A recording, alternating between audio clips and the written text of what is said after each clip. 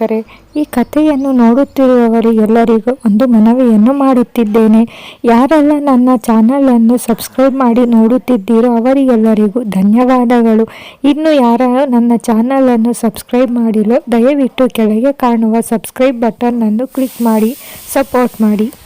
ಕಮಲ ತನ್ನ ಮಗ ರಾಜನಿಗೆ ಮದುವೆ ಮಾಡಬೇಕು ಅಂತ ಒಬ್ಬಳು ಹುಡುಗಿನ ನೋಡಿರ್ತಾಳೆ. ಈ ವಿಷಯ ಗೊತ್ತಾಗಿ ಪಕ್ಕದ ಮನೆ ಹೆಂಗಸು ಹೇಳ್ತಾಳೆ, ಕಮಲ, ನಾನು ಈ ಥರ ಹೇಳ್ತಾ ಇದ್ದೀನಿ ಅಂತ ತಪ್ಪು ತಿಳ್ಕೊಬೇಡ ಅಂತ ಹೇಳಿದಾಗ ಕಮಲ ಇಲ್ಲ ಹೇಳಕ್ಕ ಅಂತ ಹೇಳ್ತಾಳೆ. ಆಗ ಅವರು, ನಿಮ್ಮ ಮನೆಯಲ್ಲಿ ಒಂದು ಸಪ್ರೇಟ್ ಆಗಿ ಕೋಣೆನೂ ಇಲ್ಲ, ಇರೋದು ಒಂದು ಹಾಲ್ ಅಷ್ಟೇ ಅಂತ ಗೊತ್ತಾದರೆ ಯಾರು ನಿಮ್ಮ ಮನೆಗೆ ಹೆಣ್ಣು ಕೊಡಲ್ಲ. ಅಂಥದ್ರಲ್ಲಿ ಹೇಗೋ ಒಂದು ಹುಡುಗಿ ಅಂತ ಸಿಕ್ಕಿ ಮದುವೆ ಗೊತ್ತಾಗಿದೆ, ಅದಕ್ಕೆ ನೀನು ಯಾವುದೇ ಕಾರಣಕ್ಕೂ ನಿಮ್ಮ ಮನೆಯಲ್ಲಿ ಒಂದು ಕೋಣೆ ಇಲ್ಲ ಅನ್ನೋದನ್ನು ಗೊತ್ತಾಗೋಕೆ ಬಿಡಬೇಡ ಅಂತ ಹೇಳ್ತಾರೆ. ನೀನು ಹೇಳ್ತಾ ಇರೋದು ನಿಜಾನೇ ಅಕ್ಕ, ಈ ವಿಷಯನ ಹೇಳಿದ್ರು ಹೇಳ್ದಲೇ ಇದ್ರು ತಾನಾಗೆ ತಾನು ಆಮೇಲೆ ಗೊತ್ತಾಗಿ ಆಗುತ್ತಲ್ವಾ ಅಂತ ಹೇಳ್ತಾರೆ ಕಮಲ. ಆಗ ಪಕ್ಕದ ಮನೆ ಹೆಂಗಸು, ನೀನು ಒಂದು ಕೆಲಸ ಮಾಡು, ಮದುವೆ ಹುಡುಗಿ ಮನೆಯಲ್ಲಿ ಆಗೋ ಥರ ಮಾಡು, ನಮ್ಮೂರಲ್ಲೇ ಮಾಡೋದಕ್ಕೆ ಹೋಗಬೇಡ. ಆಮೇಲೆ ಮದುವೆ ಎಲ್ಲ ಕಾರ್ಯ ಮುಗಿಯೋವರೆಗೂ ಅವರಪ್ಪ ಅಮ್ಮನ್ನ ನಿಮ್ಮ ಮನೆಗೆ ಬರೋದಕ್ಕೆ ಬಿಡಬೇಡ. ಏನಾದರೂ ಮಾಡಿ ತಡಿ. ನನಗೆ ಗೊತ್ತಿರೋ ಹಾಗೆ ಸಿಟಿ ಹುಡುಗಿ ಏನೂ ಅಲ್ಲ ಅಂತ ಹೇಳ್ತಾರೆ. ಆಗ ಸಿಟಿದು ಹಳ್ಳಿದು, ಆದರೆ ಮದುವೆ ಆಗಿ ಬಂದ ಮೇಲೆ ನಮ್ಮ ಮನೆಯಲ್ಲಿ ಒಂದು ಕೋಣೆನೂ ಇಲ್ಲ ಅಂತ ಗೊತ್ತಾಗಿ ಏನು ಅನ್ಕೋತಾಳೋ ಅಂತ ಹೇಳ್ತಾಳೆ. ಆಗ ಪಕ್ಕದ ಮನೆ ಹೆಂಗಸು, ಏನೂ ಅನ್ಕೊಳ್ಳಲ್ಲ, ಸುಮ್ಮನೆ ಇರು, ಮದುವೆ ಆದಮೇಲೆ ಎಲ್ಲದಕ್ಕೂ ಹೊಂದ್ಕೊಂಡು ಹೋಗ್ತಾರೆ ಅಂತ ಹೇಳ್ತಾರೆ. ಆಗ ಕಮಲ, ಏನೋ ಅಕ್ಕ ನೋಡಬೇಕು ಅಂತ ಹೇಳಿ ಹೋಗ್ತಾಳೆ. ಹೀಗೆ ಕೆಲವು ತಿಂಗಳು ಕಳೆಯುತ್ತೆ. ಕಮಲ ತನ್ನ ಮನೆಯಲ್ಲಿ ಒಂದು ಮೂಲೆಯಲ್ಲಿ ಕರ್ಟನ್ ಬಿಟ್ಟು ಅದಕ್ಕೆ ಒಂದು ಕೋಣೆ ಅಂತ ಹೆಸರು ಕೊಡ್ತಾಳೆ. ಸುಧಾ, ನೋಡ್ತೀಯಾ ನನ್ನ ಐಡಿಯಾ, ಇದೀಗ ಯಾವ ಕೋಣೆಗೂ ಏನು ಕಡಿಮೆ ಇಲ್ಲ ಅಂತ ಹೇಳ್ತಾಳೆ. ಆಗ ಅವಳ ಮಗಳು ಸುಧಾ, ಅಮ್ಮ ಇದೇನಮ್ಮ ಇದು, ಮತ್ತೆ ಇನ್ನೊಂದು ಕರ್ಟನ್ ತಂದು ಇಲ್ಲಿ ನೇತಾಕಿದ್ಯಾ? ಈಗಾಗಲೇ ನಮ್ಮ ಮನೆಯಲ್ಲಿ ಬೇಕಾದಷ್ಟು ಕರ್ಟನ್ಗಳಿದ್ದೇವೆ, ಈಗ ನೋಡಿದ್ರೆ ಇದೊಂದು ಹಾಕಿದ್ಯಾ ಅಂತ ಹೇಳ್ತಾಳೆ. ಆಗ ಕಮಲ, ಸುಧಾ ಸ್ವಲ್ಪ ದಿನದಲ್ಲಿ ನಿಮ್ಮ ಅತ್ತಿಗೆ ಈ ಮನೆಗೆ ಬರ್ತಾ ಇದ್ದಾಳೆ, ಅವಳಿಗೋಸ್ಕರ ಇದೆಲ್ಲ ಈ ಥರ ಏನಾದರೂ ಒಂದು ವ್ಯವಸ್ಥೆ ಮಾಡಬೇಕಲ್ಲ, ಅದಕ್ಕೆ ಈ ಕರ್ಟನ್ ಅಂತ ಹೇಳ್ತಾಳೆ. ಆಗ ಸುಧಾ, ಅಮ್ಮ ಇಷ್ಟೆಲ್ಲ ಮಾಡೋದಕ್ಕಿಂತ ಒಂದು ರೂಮ್ನೇ ಕಟ್ಟಿಸ್ಬೋದಿತ್ತಲ್ಲ, ಈ ಊರಲ್ಲಿ ಸಪ್ರೇಟಾಗಿ ಕೋಣೆ ಇಲ್ದಲೇ ಇರೋ ಮನೆ ಅಂದರೆ ಅದು ನಮ್ಮದೇ ಅನಿಸುತ್ತೆ.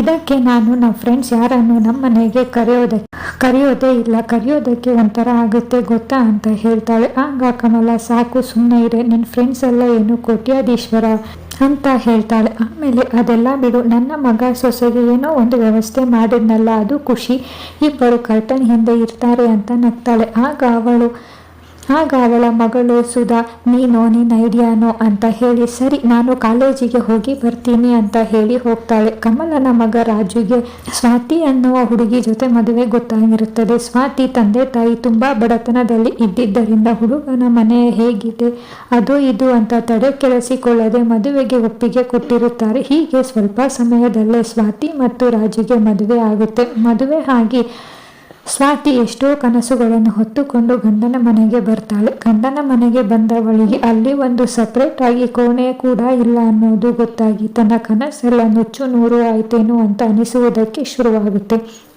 ಸ್ವಾತಿ ತನ್ನ ಮನಸ್ಸಲ್ಲಿ, ಈ ಮನೆಯಲ್ಲಿ ಒಂದು ಕೋಣೆ ಕೂಡ ಇಲ್ಲ, ನಾನು ಈ ಥರ ಮನೆಯನ್ನು ಮೊದಲನೇ ಬಾರಿ ನೋಡ್ತಾ ಇರೋದು ಅಂತ ಅನ್ಕೋತಾ ಇರ್ತಾಳೆ. ಆಗ ಕಮಲ, ಸ್ವಾತಿ ಏನು ಯೋಚನೆ ಮಾಡ್ತಾ ಇದೆಯಮ್ಮ ಅಂತ ಕೇಳ್ತಾಳೆ. ಆಗ ಸ್ವಾತಿ, ಏನೂ ಇಲ್ಲ ಅತ್ತೆ ಅಂತ ಹೇಳ್ತಾಳೆ. ಆಗ ಕಮಲ, ಸ್ವಾತಿ ನೋಡಮ್ಮ, ಈ ಪರದೆ ಹಿಂದೆ ಕಾಣ್ತಾ ಇದೆಯಲ್ಲ, ಇದೇ ನಿನ್ನ ಕೋಣೆ, ಹೋಗಿ ಸ್ವಲ್ಪ ವಿಶ್ರಾಂತಿ ತಗೋ ಆಯ್ತಾ ಅಂತ ಹೇಳ್ತಾಳೆ. ಆಗ ಪಕ್ಕದ ಮನೆ ಹೆಂಗಸು ಗೀತಾ ಹೇಳ್ತಾಳೆ, ಇದು ಕೋಣೆನಾ ಅಂತ ನಗ್ತಾಳೆ.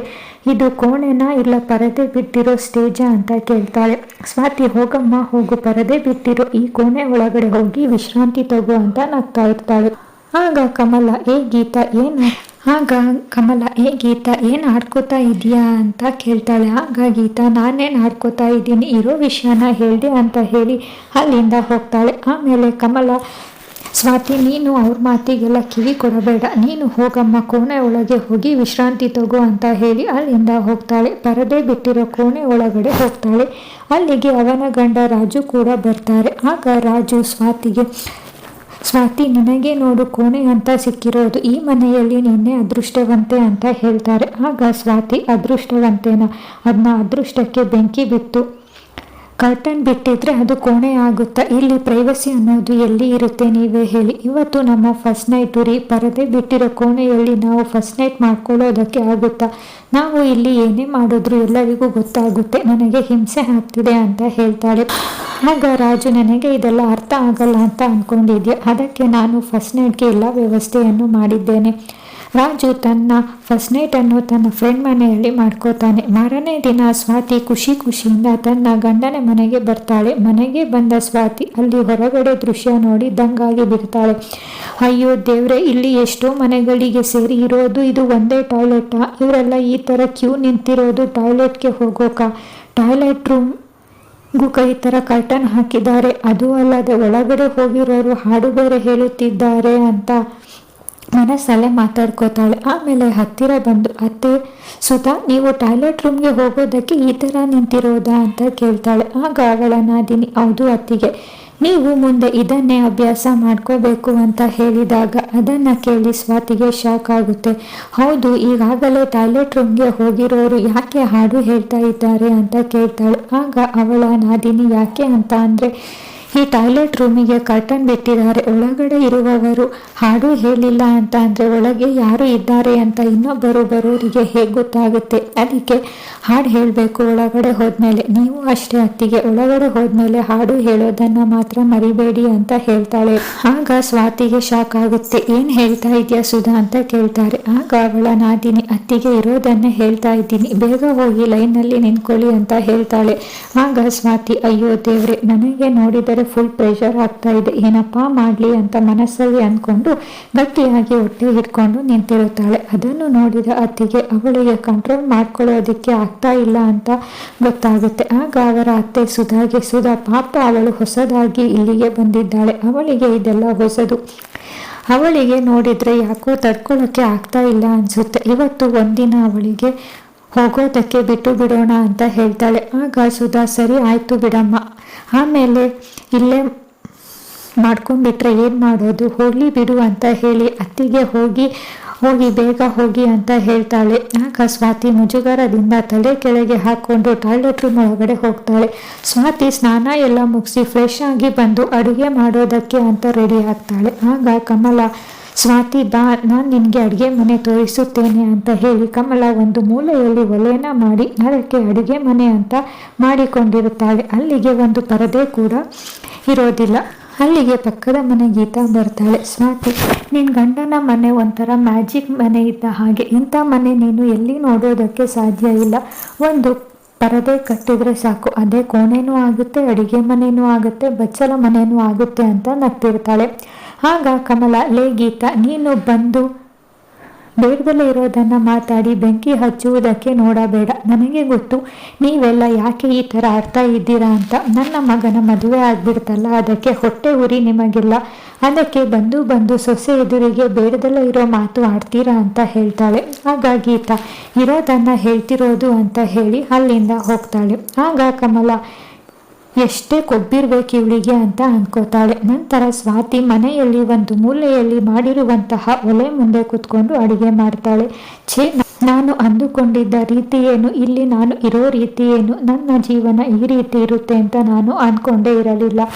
ತೀರಾ ನಾನೇನು ಶ್ರೀಮಂತಿಕೆ ಬೇಕು ಅಂತ ಆಸೆ ಪಟ್ಟಿರಲಿಲ್ಲ. ಕೊನೆ ಪಕ್ಷ ಯಾವುದಕ್ಕೂ ಒಂದು ಕೋಣೆ ಅಂತಾನೆ ಇಲ್ದಲೇ ಇರೋ ಮನೆ ನನಗೆ ಈಗಲೂ ನಂಬೋದಕ್ಕೆ ಆಗ್ತಾ ಇಲ್ಲ. ಈ ರೀತಿ ಇರುತ್ತಾ ಅಂತ ಸ್ವಾತಿ ಮಾತಾಡ್ಕೋತಾ ಅಡುಗೆ ಮಾಡ್ತಾಳೆ. ನಂತರ ಊಟ ಮಾಡಿ ಎಲ್ಲರೂ ತುಂಬಾ ಇಷ್ಟಪಡುತ್ತಾರೆ. ಎಷ್ಟೋ ಸಮಯ ಆದಮೇಲೆ ನಾನು ಇಷ್ಟು ರುಚಿಯಾಗಿರೋ ಊಟ ಮಾಡ್ತಾ ಇರೋದು ತುಂಬ ಜಾಸ್ತಿನೇ ತಿಂದೆ ಅಂತ ಅನಿಸುತ್ತೆ, ಹೊಟ್ಟೆಯಲ್ಲಿ ಹೊಡೆದು ಹೋಗುತ್ತೆ ಅಂತ ಅನ್ನಿಸ್ತಾ ಇದೆ ಅಂತ ಸುಧಾ ಹೇಳಿದಾಗ ಅವಳ ತಾಯಿ ಕಮಲ, ಅಷ್ಟೊಂದು ಯಾಕೆ ತಿಂದೆ, ಹೊಟ್ಟೆ ಏನಾದರೂ ಹಾಳಾದರೆ ಏನು ಗತಿ, ಸ್ವಲ್ಪ ನೋಡಿ ತಿನ್ನಬಾರ್ದೇನೆ, ಹೊಟ್ಟೆ ಏನಾದರೂ ಹಾಳಾದರೆ ಏನು ಮಾಡ್ತೀಯ, ಮೊದಲೇ ಇಲ್ಲಿ ದಿನಕ್ಕೆ 1 ಸಲ ಬಾತ್ರೂಮ್ ಹೋಗೋದಕ್ಕೆ ಹೊಡೆದಾಟ ನಡೀತಾ ಇರುತ್ತೆ, ಅಂಥದ್ರಲ್ಲಿ ಹೊಟ್ಟೆ ಏನಾದರೂ ಹಾಳಾಯಿತು ಅಂತ ಅಂದರೆ ಮುಗೀತು ಕತೆ ಅಂತ ಹೇಳ್ತಾರೆ. ಊಟ ಮಾಡಿ ಎಲ್ಲರೂ ಅಲ್ಲೇ ನೆಲದ ಮೇಲೆ ಹಾಸಿಕೊಂಡು ಮಲ್ಕೋತಾರೆ.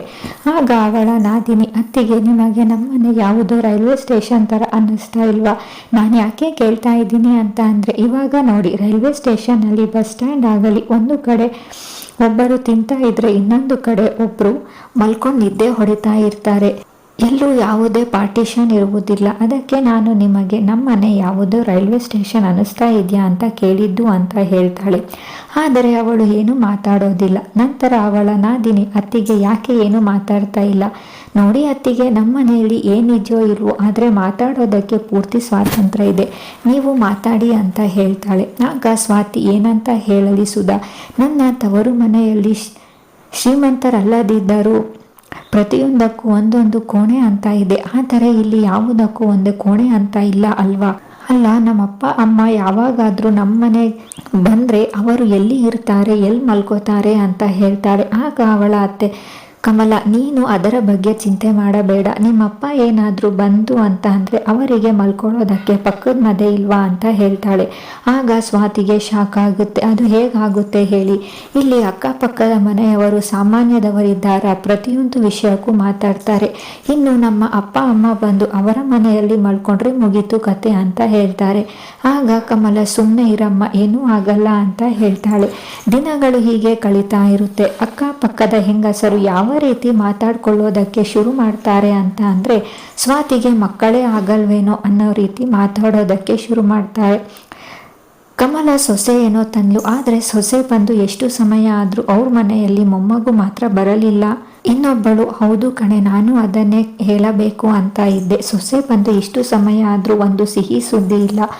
ಅಕ್ಕಪಕ್ಕದವರು ಈ ಮಾತನ್ನ ಆಡ್ತಾ ಇರೋ ಮಾತುಗಳನ್ನು ಕೇಳಿ ಕಮಲಾಗೆ ಸಿಕ್ಕಾಪಟ್ಟೆ ಕೋಪ ಬರುತ್ತೆ.